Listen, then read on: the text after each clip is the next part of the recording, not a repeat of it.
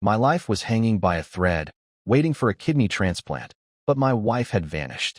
The doctor called her phone until it probably overheated, desperate for someone to sign the consent form for emergency surgery. He never reached her. It turned out she was bungee jumping with her ex-boyfriend.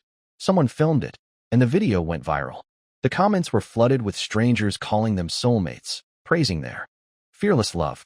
When I scrolled and saw it from my hospital bed, the monitors beeping a steady rhythm beside me, I used my own account and typed a single, simple comment: living the dream. Chloe called me almost instantly. Her voice was a flurry of excuses. She explained that bungee jumping with her ex was about fulfilling a youthful dream, about closing a chapter so she could live with no regrets. "It's just a kidney transplant, Julian," she'd said, her tone casual. "It's not like you're actually dying." I said nothing. She had no idea how wrong she was. Because they couldn't reach her in time, I was. When the doctor delivered the news, his face was grim. A post-operative infection had taken hold because of the delay in treatment. I had, at best, a few weeks left. As I held the thin sheet of paper that was now my life's final countdown, my mind wasn't on the diagnosis. It was fixated on the image from the video. Chloe, wrapped in Leo's arms, her face alight with a kind of radiant joy I hadn't seen directed at me in years. I knew who Leo was. He was the ghost of a first love she never quite exorcised, the one she spoke of with a wistful sigh. I was just the man she'd settled for, the sensible choice her parents had pushed her toward after a string of painful breakups. In 5 years of marriage, her affection had always been a polite, carefully measured thing, a cool wall I could never seem to climb. But she didn't know that I loved her deeply. From the moment I met her, I was captivated by her vibrant spirit and unfiltered honesty. Even knowing I was a consolation prize, I believed I could, with enough time and devotion, warm her heart. The video of their romantic leap continued to gain traction online. For nearly 2 weeks, I lay in that sterile hospital room, and she never once came to visit. I decided to discharge myself. If my life had been reduced to a handful of weeks, I refused to spend them staring at a beige ceiling. I walked into our home, the one I had painstakingly renovated for us, only to find them sitting at our dining table. A half-eaten meal was spread between them, wine glasses shimmering in the afternoon light. They looked so comfortable, so right, as if they were the married couple and I was the intruder. When the door clicked shut behind me, their laughter died. Their faces froze. "What are you doing back?" Chloe asked, her brow furrowed in annoyance rather than concern. A bitter laugh escaped my lips. "What's wrong? Were you hoping I'd just waste away in the hospital and leave you two in peace?" Her face flushed with anger.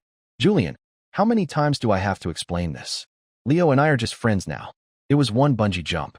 Do you have to be so dramatic and passive-aggressive with your online comments?" "Friends," I shot back, the words tasting like acid. "The thousands of people online don't seem to think so.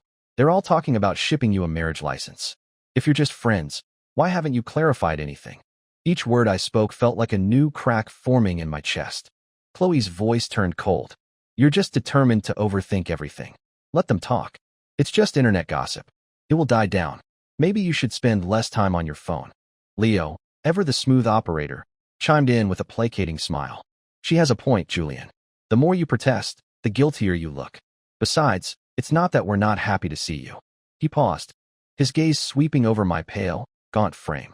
"It's just, I've heard that people with serious illnesses can carry a lot of negative energy. We wouldn't want Chloe to catch any of that, would we?" The audacity of his words sent a surge of hot rage through me. But Chloe didn't scold him. She didn't defend me. She just sat there, her silence a tacit agreement. My heart turned to ice. How pathetic. This house was paid for with every cent I had earned, every detail of its design chosen with her comfort and happiness in mind, a sanctuary for the family I hoped we would become. And now, in my own home, I was being told I was a source of bad luck. I looked at Chloe, my eyes burning. "The doctor called you. Over and over. Why didn't you answer?" "I told you," she snapped, her patience gone. "I was on a platform about to jump. How was I supposed to answer? Besides, you're a grown man. It was just one surgery. Why do you need me to hold your hand through everything?" She then turned to me, her expression hardening with a sense of grim practicality. "And you know, Leo might be right. Maybe you should go somewhere else for a bit. I can order some sage or something to cleanse the space when you're gone." The disgust in her eyes was a physical blow. My voice was hoarse. So you think I'm tainted too, Chloe? My own wife. Do you have any idea what the doctor said? Do you know what's happening to me?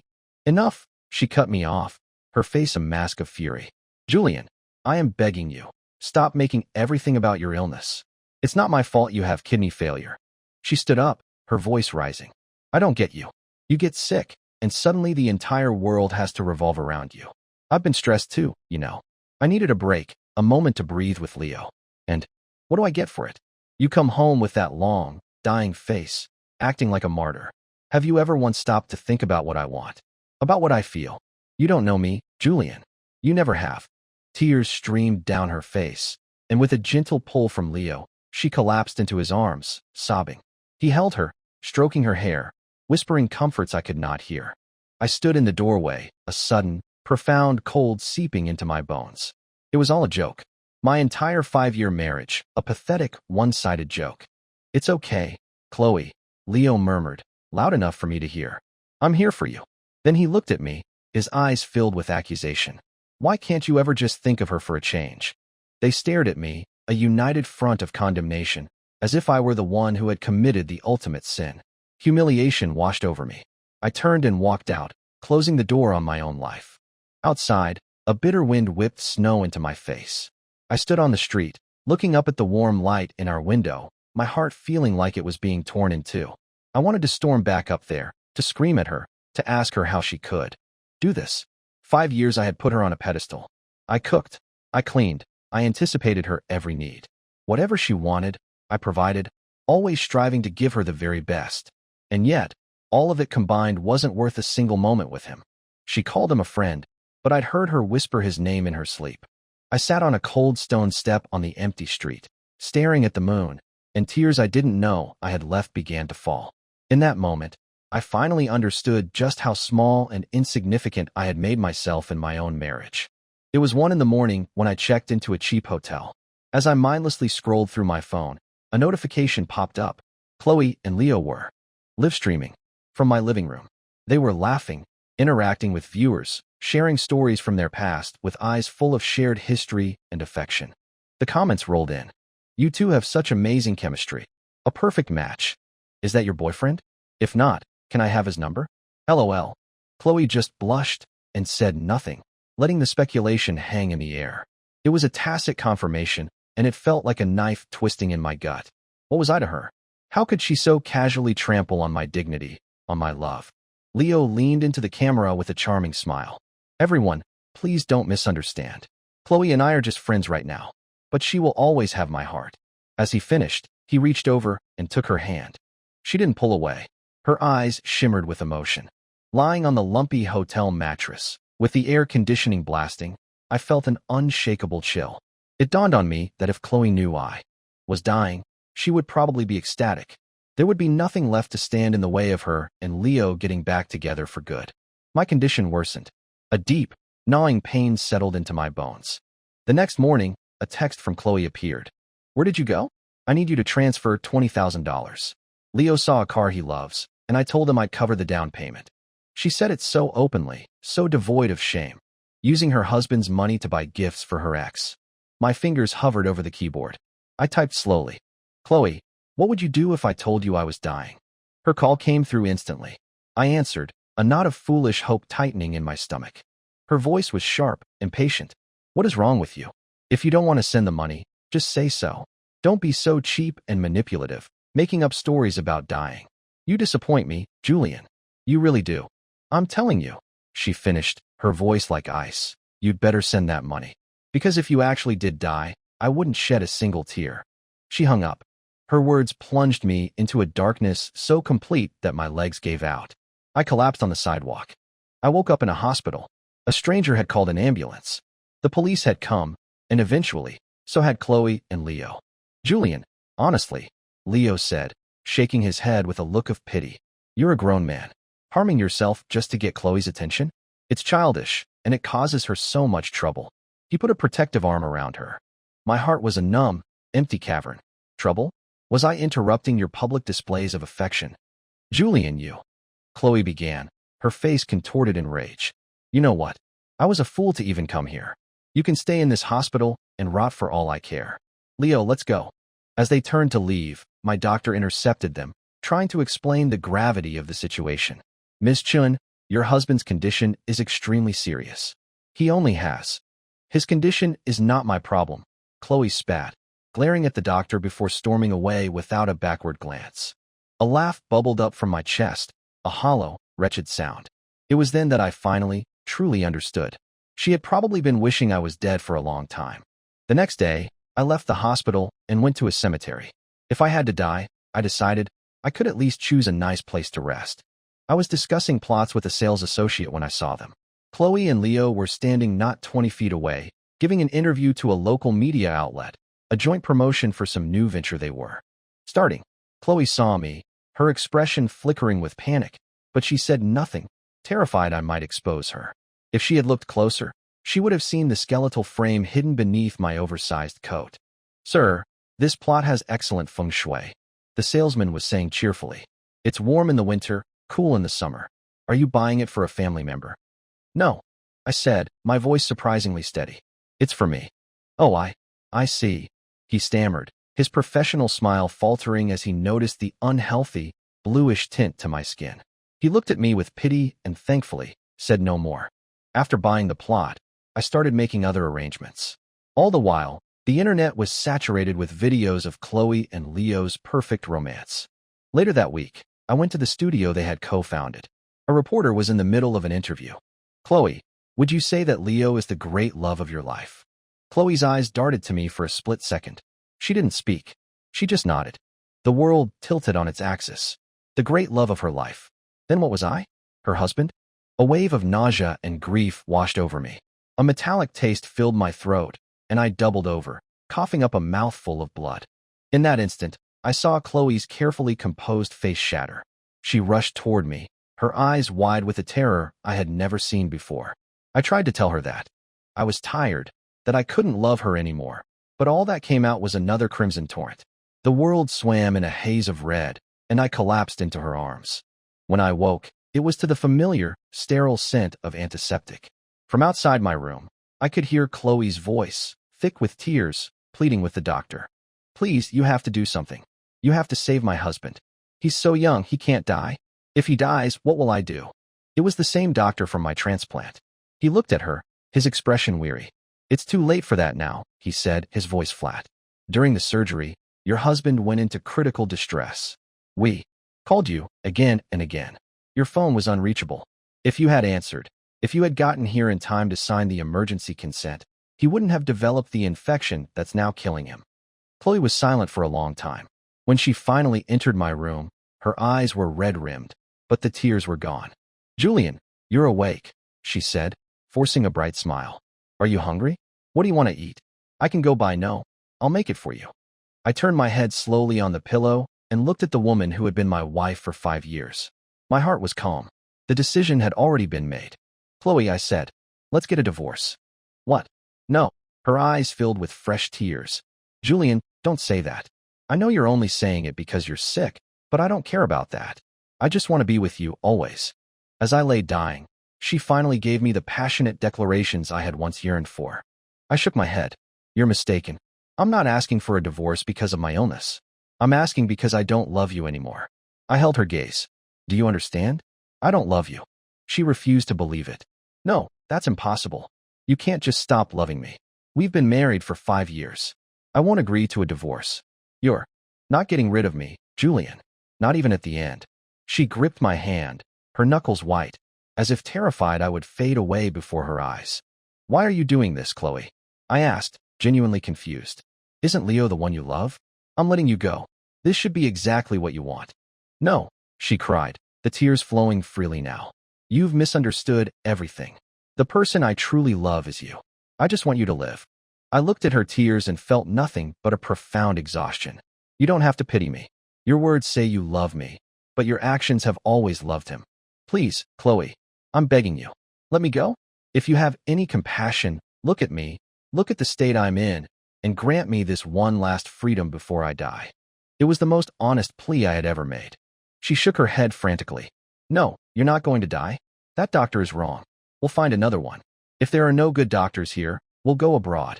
There are specialists, experimental treatments. Miracle cures. You can't give up, Julian. You have so much life left to live, and I want to live it with you. She squeezed my hand tighter, but I slowly, deliberately, pulled it free. Divorce me, Chloe. Whether I live or die, I don't want to spend another moment of my life tied to you. I looked her straight in the eye. You don't deserve it. The color drained from her face. Her tears fell onto my hand, but she didn't say another word. For the days that followed, she became my shadow. No matter how coldly I spoke to her, no matter how many times I told her to leave, she would just smile and say, I'm never leaving you, Julian. She brought me water, tried to feed me soup, all of which I refused. Get out, Chloe. Are you incapable of understanding plain English? My love for her had withered and died the moment she nodded to that reporter. Chloe, true to her word, insisted on transferring me, seeking second, third, and fourth opinions. We traveled to the capital, seeing the nation's top specialists. Their verdicts were all the same. The patient's time is limited. As his wife, the best you can do now is take him home. Let him eat what he wants, do what he wants. Don't let him leave with any regrets. After the last consultation, Chloe looked utterly broken. I looked at her, a wry, mocking smile on my lips. Why the long face? Weren't you the one who said you wouldn't shed a single tear if I died? My words struck her like a physical blow. Her face crumpled with regret and guilt. I'm sorry, Julian. I didn't know. I was just angry. I didn't mean any of it. She sobbed, clinging to me. I don't want you to die. I really, really don't want you to leave me. That night, a call came from Leo. I heard Chloe's voice, sharp and furious. Livestream? Are you even human, Leo? Julian is dying, and you want me to livestream with you? Get lost. She slammed the phone down and came to lie beside me on the narrow bed. Her fingers brushed against my wrist, feeling the sharp angles of bone where there once was flesh. She began to cry softly. Julian, you've gotten so thin. I'm so sorry. I didn't take care of you. I felt nothing. After a long silence, I spoke. You said your regret was not bungee jumping with your ex when you were young. Do you know what my regret is? She looked at me, her eyes red. What? My biggest regret, I said, my voice a hollow whisper, was that I was never truly loved by you. Your heart always had room for two people, Chloe. Leo took up most of it. The space left for me wasn't even the size of his fingernail. That's not true, she insisted desperately. I love you, Julian, I do. I was obsessed with the idea of him, with what I couldn't have. It was a stupid fixation. But you're my husband. You're the one I really love. Please, Julian, just hold on. Please don't leave me. I don't know how I'll live without you. I ignored her pleas, my gaze fixed on the ceiling. My regret now, I continued, is that I never got to see the northern lights. I always wanted to go with you, remember? But you were always too busy. I know now you went with him years ago. The internet has a long memory. Shame washed over her face. She couldn't meet my eyes. I'm sorry. I'll take you. We can go now. I'll buy tickets for tomorrow. I looked at her for a long time. No, thank you. This is something I need to do alone. If you truly feel sorry for what you've done, then grant me this. Leave me in peace. She stared at me, tears streaming down her pale face, opening her mouth to speak, but finding no words. The next day, I boarded a plane to Iceland alone. My life was on a countdown, but I wasn't afraid. I was determined to savor the little time I had left. During my trip, a new video of Chloe went viral. It was a public statement. Hello, everyone, she said, her face pale and drawn. I'm the woman from the bungee jumping video. I want to clarify something. Please stop shipping me with anyone else. I am married. My husband's name is Julian, and I love him. I love him more than anything. She broke down, sobbing uncontrollably on camera. The video ignited a firestorm. The public tide turned viciously against her and Leo. She has a husband? After all those interviews and lovey-dovey videos with the other guy? What a piece of trash. No boundaries. Forget her. I feel so bad for her husband. Imagine watching all this while you're sick. And that Leo guy is a snake, hitting on a married woman. Anything for clicks. The online vitriol was relentless.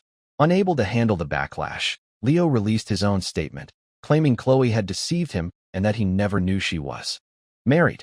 Chloe didn't refute it, but internet sleuths quickly unearthed their past relationship, proving he was lying. Their joint business venture collapsed overnight. I switched off my phone and went with my guide to chase the aurora. The sheer beauty of the landscape seemed to breathe new life into me. I knew Chloe was there. I would catch glimpses of her, a lone figure in the distance, always watching, always careful not to be seen. I never acknowledged her. She had made her choice to follow. I would make mine to ignore. In what I knew were my final days, I called my lawyer. I wanted to finalize the divorce. I refused to die as her husband. The lawyer advised me that if she wouldn't sign, I could sue. That night, there was a knock on my hotel room door. It was Chloe. Her eyes were red and swollen. She threw her arms around me. "Julian, please. Don't leave me. I know I was wrong. Please, can we not get divorced? I'll do anything. I'll sign away my rights to all marital property. I don't want anything. I just don't want to lose you." Her tears soaked my shirt, but my heart remained cold. It was too late. "Chloe, stop," I said, my voice firm. "Do you remember what we promised before we got married? That if one of us ever wanted to leave, the other would let them go with grace. Let me go? Consider it an act of charity." I pushed her away with all my remaining strength. The effort was too much. The world went black, and I collapsed. From the fog of unconsciousness, I could hear her broken-hearted sobs and the frantic sounds of a medical team inside an ICU. When I awoke again, Chloe looked 10 years older. The nurse changing my foredrip smiled kindly. "Your wife is really devoted to you, Mr. Evans. She hasn't slept all night." I looked at Chloe's haggard face and said coolly, "She is not my wife." The desperate hope in Chloe's eyes died, replaced by a look of utter despair. We returned home. I still harbored a suspicion that her dramatic grief was just a final, self-serving performance. But then she placed a signed document in my hands, an agreement forfeiting all claims to our assets. "Please, Julian," she whispered, "withdraw the lawsuit. I don't want a divorce. Please give me a chance to make it up to you. I love you." I said nothing. I just watched her. As the story of her bungee jumping trip grew, I became a national symbol of the cuckolded husband. Most online comments were a mix of pity and scorn, mocking my weakness for not leaving her sooner. One afternoon, Chloe came into my room at the hospice, her face bright with a forced cheerfulness. "What are you looking at, Julian? You seem to have more energy today. Maybe we could go outside for a bit," she chirped. "The doctor said that a positive attitude can work wonders." Her voice trailed off as she saw the vicious comments on my phone screen. Her body went rigid. "I'm sorry," she choked out, tears of shame welling in her eyes. "This is all my fault. They're right to say those things. I never should have gone. I regret it every single day, Julian. If I hadn't gone, if I had just answered the phone, maybe you wouldn't be like this." She covered her face, her shoulders shaking with sobs. I tried to lift my hand to comfort her, but no longer had the strength. "Don't cry," I said, my voice a faint rasp. "We can't turn back time, and not all apologies deserve forgiveness." I closed my eyes. "Please leave. I need to rest." When I next awoke, I heard voices. Leo had come to find her. "What is this, Chloe?" he demanded, his voice laced with indignation. "Just because he's dying, you're cutting me out of your life completely? We can't even be friends." "We should never have been friends," Chloe shot back, her voice raw with grief. "We're exes, Leo. We should have kept our distance. Let's stop lying to ourselves." "Don't do this," he pleaded. "I know you still love me. If my mother hadn't pushed me to go abroad, we never would have broken up. You can't be this cruel to me just because you feel sorry for him. Pity isn't love, Chloe." He reached for her, but she shoved him away and slapped him hard across the face. "Don't you dare say he's going to die," she screamed, her eyes wild. "The doctors said there's still a chance. There's a monastery I heard about, a place where miracles happen. I'm going to pray. I would trade my life for his in a heartbeat." Leo sighed. "Chloe, stop deceiving yourself. He's dying, but your life has to go on. I'll be here for you. I swear I'll never leave you again." I expected her to melt, to fall back into his arms as she always had. But something in her had finally broken. She gave a cold, dead laugh. "You're so fake, Leo. Did you forget the statement you posted online? The one where you claimed I seduced you? You certainly didn't mind being seduced when you were spending my money." "That was for the business," he sputtered. "To protect our brand." "Don't bother," she said, her voice dripping with contempt. "The only person you've ever loved is yourself. I did some digging. You had a dozen girlfriends while you were abroad, all while telling me your heart was mine. Your love is as cheap and worthless as you are." She was shaking now, with rage at him, and at herself. "I hate myself for being so stupid. For letting a man like you cause the person who truly loved me so much pain." "Chloe, please. Save it," she cut him off. "If you ever cared for me at all, you'll give me back every penny I gave you. I'm pulling my investment from the studio." She looked him up and down. "You have no business sense anyway. I'd just be losing it." The talk of money made his face change instantly. You can't be serious. You gave me that money willingly.